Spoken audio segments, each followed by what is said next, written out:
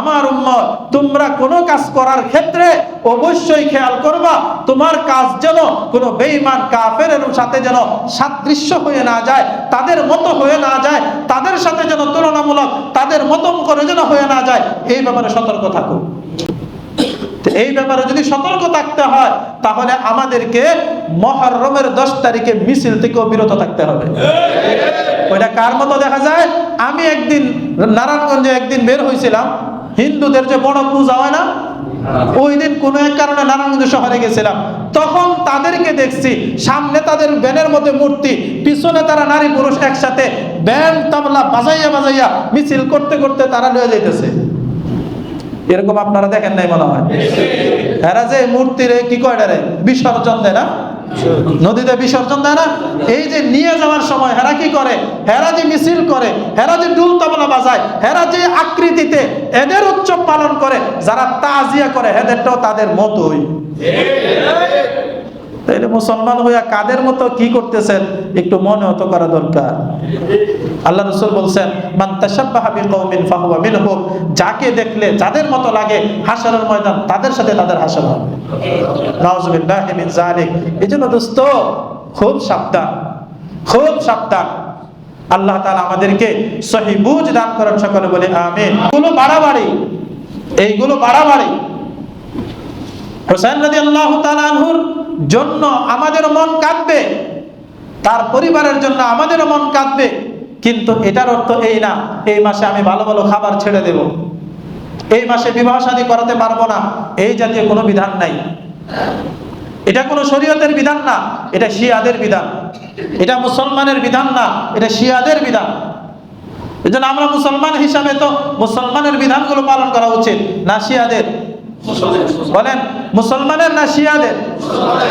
মুসলমানের বিধান যদি পালন করতে হয় তাহলে আজকে থেকে এটা মনে রাখতে হবে, কোনো তাজিয়া মিছিলে যাওয়া যাবে না। তাজিয়া মিছিলে মুহররমের 10 তারিখে দেখবেন এরা বিভিন্ন ভাবে এটাকে উদযাপন করে। আশ্চর্য লাগে, মুসলমানের সন্তান হয়ে তারা এই দিন ডুল তবলা বাজাইয়া রাস্তার মধ্যে রেলি বের করে। এটারে সুখ কয়? ডুল তবলা বাজানো এটা মুসলমানের কোনো ইবাদতের মধ্যে পড়ে? আপনারা আস্তে করে বলছেন, মানে সন্দেহ আছে, বলে হুজুর কিছু ইবাদত তো আছে ডুল তবলা বাজাইয়া। কি এরকম কোনো ইবাদত মুসলমানের আছে? ডুল তবলা বাজাইয়া রেলি বের করার কোনো ইবাদত মুসলমানের আছে? তাহলে এটা কোন ধরনের ইবাদত করতে চান আপনি? এই দিন নিজেরা ঘোড়া সাজাইয়া এই ঘোড়াটার উপরে একজনকে বসাইয়া তার পিছনে এই মিছিল বের করা, কি বুঝাইতে চান? যে ঘোড়া আর যে ঘোড়ার উপরে আছে কি হুসাইন রাদিয়াল্লাহু তাআলা আনহু মনে করতেছেন? তিনি কিসের মিছিল? কার পিছনে আপনি ছুটলেন? কিসের মিছিল করতেছেন? এগুলো একটাও শরীয়তের বিধান মতো না দোস্ত, এগুলো সবগুলো বানানো, সবগুলো শিয়াদের কার্যক্রম।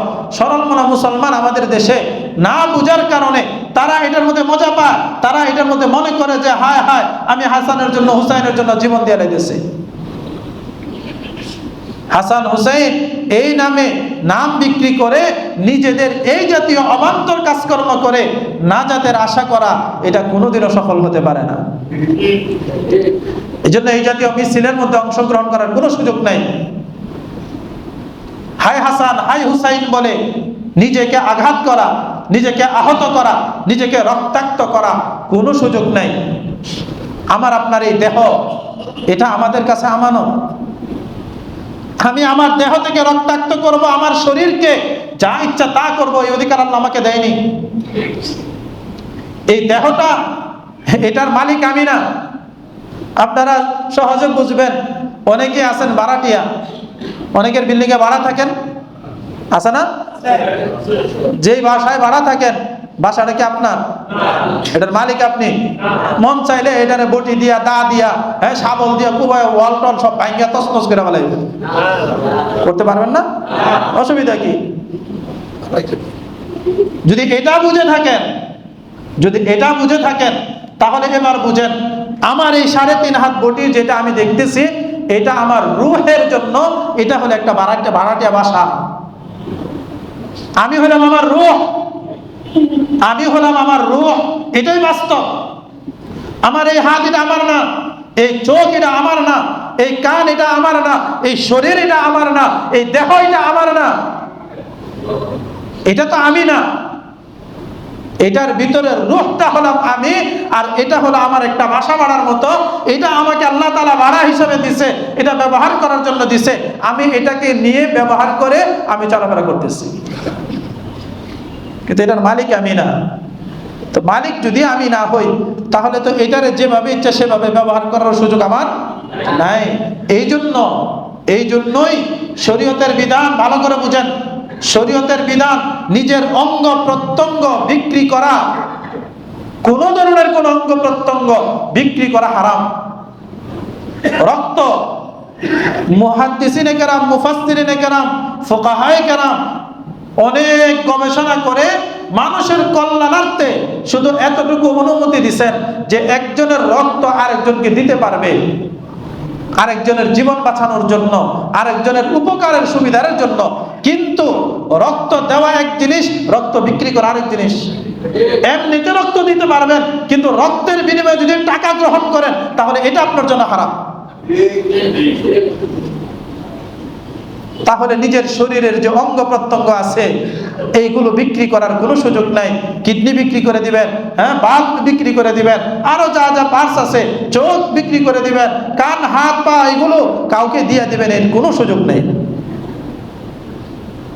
বিক্রি করার কোনো সুযোগ নাই, কারণ এটার মালিক আমি না। তাহলে আমার দেহের মালিক যদি আমি না হই, এই দেহটাকে রক্তাক্ত করার কোনো অধিকার আমার নাই। চাকু দিয়া, চাবু দিয়া নিজের রক্তে আঘাত করতে করতে করতে করতে রক্ত বের করে ফেলা, এটা শরীয়তের কোনো বিধান না। এটা আল্লাহ রাসূলের কোনো সন্তুষ্টিমূলক কাজ নয়। এইগুলো সবগুলো শিয়াদের আবিষ্কৃত।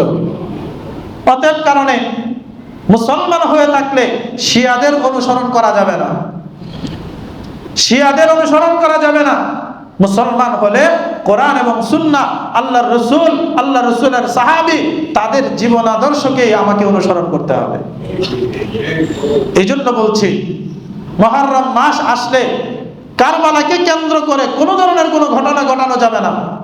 মাসআলা বলছে, মুহররম মাসে অন্যান্য মাসে শরীয়ত সম্মত যতগুলো কাজ করা বৈধ, মুহররম মাসেও শরীয়ত সম্মত সবগুলো কাজ করা বৈধ। এক কথা, বিয়ে শাদী করা যাবে, ভালো ভালো খাবার খাওয়া যাবে, ভালো পোশাক পরিধান করা যাবে, দাড়ি মোছ নখ কাটা যাবে, কোনো পেরেশানি নাই, কোনো ধরনের কোনো অসুবিধা নেই। এই জন্য এই প্রশ্ন যেন আর আমাদের কখনোই সামনে না আসে। আমরা যেন এই প্রশ্ন করে না করি, আমাদের নিজেদের মধ্যে যেন এই জাতীয় অবান্তর প্রশ্ন উদয় না হয় যে এই মাসে বিয়ে শাদী করা যাইব নি, বিয়ার তারিখ ধরতে চাইতেছে, ছেলেকে বিয়ে করাবে। আমাকে কয়েকদিন আগে একদিনে ফোন দিল যে হুজুর, ছেলের বিয়ের তারিখ নির্ধারণ করতে চাইতেছি, মুহররম মাসে কি বিয়ে করানো যাইব নি? কারণ তার দিনের মধ্যে এই প্রশ্নটা আসছে এই কারণে যে মুহররম মাসে তো কারবালার মর্মান্তিক ঘটনা ঘটেছে, অতএব এই মাসে তো বিয়ে শাদী করাটা ঠিক হবে না। যদি এমনই হয়, তাহলে তো দোস্ত কোনো মাসে আপনি বিয়ে শাদী করাইতে পারবেন না। হুসাইন রাদিয়াল্লাহু তাআলা আনহুর প্রতি যদি আপনার এত দরদ থাকে, রাসূলের প্রতি দরদ আছে না নাই? কম না বেশি? রাসূল সাল্লাল্লাহু আলাইহি সাল্লাম যে মাসে বিদায় হইছে, রবিউল আউয়াল মাস, এই মাসে হতে বিয়ে শাদী করন যেত না, এই মাসে হতে ভালো ভালো খাওয়ান যেত না। কি খাওয়ান যাইব? তা আবু বকর রাদিয়াল্লাহু তাআলা আনহুর প্রতি মহব্বত কম না বেশি? ওমর রাদিয়াল্লাহু তাআলা আনহুর প্রতি মহব্বত কম না বেশি? উসমান রাদিয়াল্লাহু তাআলা আনহুর প্রতি মহব্বত কম না বেশি? আলী কাররামাল্লাহু ওয়াজহাহুর প্রতি মহব্বত কম না বেশি? এরকম ভাবে যে এক একজনের মহব্বত যদি খুঁজতে থাকি, তাহলে দেখা যাবে 12 মাসেই এরকম কিছু না কিছু আছে। তাহলে 12 মাসে আপনার বিয়ে শাদী করা, ভালো ভালো খাওয়া, পোশাক পরিধান করা, কোনো কিছুরই আপনি সুযোগ পাবেন না। এই জন্য এইগুলো অবান্তর কথা, এইগুলোর সাথে কোনো সম্পর্ক নাই। অনেকে মনে করে যে মাসে বাবা মারা গেছে, এই মাসে ছেলের বিয়ে শাদী করা ঠিক হবে না। কে বলছে আপনাকে? এটা শরীয়তের কোনো বিধান না। যেই মাসে বাবা মারা গেছে সেই মাসে বিয়ে শাদী করবেন, এটাতে কোনো সমস্যা নাই। যেই মাসে মা মারা গেছে এই মাসে মেয়ে বিয়ে দেওয়া যাবে না, এগুলো সব অবান্তর কথা। এগুলোর সাথে শরীয়তের কোনো সম্পর্ক নাই। এজন্য আমরা শরীয়ত সম্মত জীবনযাপন করার চেষ্টা করব, অবান্তর কথাবার্তা শুনে এই জাতীয় কাজকর্ম করার চেষ্টা করব না। পারবো না ইনশাআল্লাহ? মুহররম মাসকে কেন্দ্র করে বিভিন্ন জায়গায় ডেক্সি বসায়া টাকা উঠাইবো, হ্যাঁ, সিন্নি খিচুড়ি পাকাইবো, এই জাতীয় কাজকর্ম একটাও সওয়াবের কাজ না। এগুলো নিজেরাও করবেন না, এগুলো সহযোগিতাও করবেন না। যে কাজ নিজের জন্য বৈধ না, এই কাজ অন্যকে সহযোগিতা করা বৈধ না। এই জন্য এইগুলো থেকে বেঁচে থাকবেন। কোন তাজিয়া, কোন জায়গায় মুহররমকে কেন্দ্র করে যত ধরনের অনুষ্ঠান হতে পারে, এইগুলোর সাথে আমাদের কোনো সম্পর্ক নাই। কথা বলেন ঠিক কিনা? তাহলে করণীয় কি? মুহররম মাসের আশুরার 10 তারিখ আমি কি করব? আমার আপনার করণীয় হচ্ছে, মুহররমের 10 তারিখের করণীয় কাজ হচ্ছে রোজা রাখা। করণীয় কাজ কি বলেন? মুহররমের 10 তারিখ, আজকে 5 তারিখ, 10 তারিখ কি বার হয়? বুধবার। বুধবার 10 তারিখ, তাহলে বুধবার আমরা রোজা রাখবো। সাথে সাথে আল্লাহ রাসূল এটাও বলছেন, ওয়াখালিফু ফীহিল ইয়াহুদ, ইহুদিদের সাথে তোমরা মুখালাফাত করো, বিরোধিতা করো, ইহুদিদের মতো যেন না হয়। এই জন্য তোমরা একটা কাজ করো, ইহুদিরা শুধু একদিন রোজা রাখে 10 তারিখ, তোমরা আগের একদিন অথবা পরের একদিন রোজা রাখো। তার মানে রোজা কয়টা? বলেন রোজা কয়টা? দুইটা, হয়তো 9-10 অথবা 10-11, 9-10 অথবা 10-11, মঙ্গল বুধ অথবা বুধ বৃহস্পতি। আমরা যারা রোজা রাখতে চাই কয়টা রাখবো? এটা নফল রোজা, ফরজ না। বলেন এটা কি? এটা কি না? ফরজ না। অতএব কারণে যাদের মনে চায়, যাদের মনে চায়, তাহলে আপনারা রোজা রাখতে পারেন, লাভ আছে। আল্লাহ রাসূল বলছেন, আশুরার রোজা, আহতাসিবু সিয়ামু ইয়াউমি আশুরা আহতাসিবু আলাল্লাহি আইয়ুকাফফিরাস সানাতাল্লাতী ক্বাবলা। আশুরার রোজা, মুহররমের 10 তারিখের রোজা, এই একটা রোজা রাখলে আমি আশাবাদী আল্লাহ পাকের কাছে, আল্লাহ তাআলা আমার ওই উম্মতের 1 বছরের অতীতের গুনাহ মাফ করে দিবেন। সুবহানাল্লাহ। সেই হিসাবে রোজা রাখতে পারেন, কোনো অসুবিধা নাই। এজন্য রোজা রাখবেন, সম্ভব হলে রোজা রাখবেন, কোনো অসুবিধা না থাকলে রোজা রাখবেন। তবে কয়টা? একটা রাখবেন না, 2টা রাখবেন। যেহেতু একটা রোজা রাখে ইহুদিরা, আর ইহুদিদের সাথে সাদৃশ্য হওয়ার সুযোগ আমাদের মুসলমানদের নাই। ইহুদিদের সাথে তাল মেলানো যাবে না, ইহুদিদের আকৃতি ধরন যাবে না, ইহুদিদের কোনো কিছু গ্রহণ করা যাবে না। তবে খেলোয়াড়দের মতো রূপ ধারণ করা যাবে।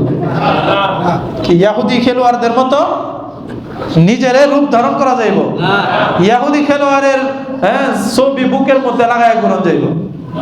এই যুবকেরা, তোমরা যে বিভিন্ন খেলোয়াড়দের যে ছবি লাগাও, জানো না এরা কারা?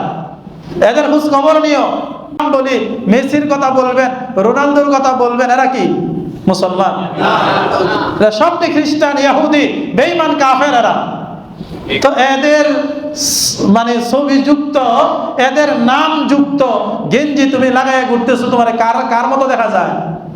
তাদের মতোই তো দেখা যায়। তুমি মেসির মতো তোমার দেখা যায়, তোমার রোনালদোর মতো দেখা যায়, আরো যত খেলোয়াড় আছে এরার মতো দেখা যায়। তাহলে এরা তো মুসলমান না, তুমি মুসলমানের সন্তান হয়ে এদের মতো তোমার কেন দেখা যায়? আবার অনেক ছেলেরা আছে বিভিন্ন নায়কদের ছবি লয়ে ঘুরে। হ্যাঁ, ইন্ডিয়ার বিভিন্ন নায়ক আছে না, এদের ছবি লয়ে ঘুরে। এদের ছবি নিয়ে নিজের খুব কিছু একটা মনে করে। তো তোমার যদি ইন্ডিয়ার বেঈমান হিন্দু নায়কের মতো তোমার দেখা যায়, তাহলে তো হাসার মধ্যে হের সাথে তোমার হাসার হবে।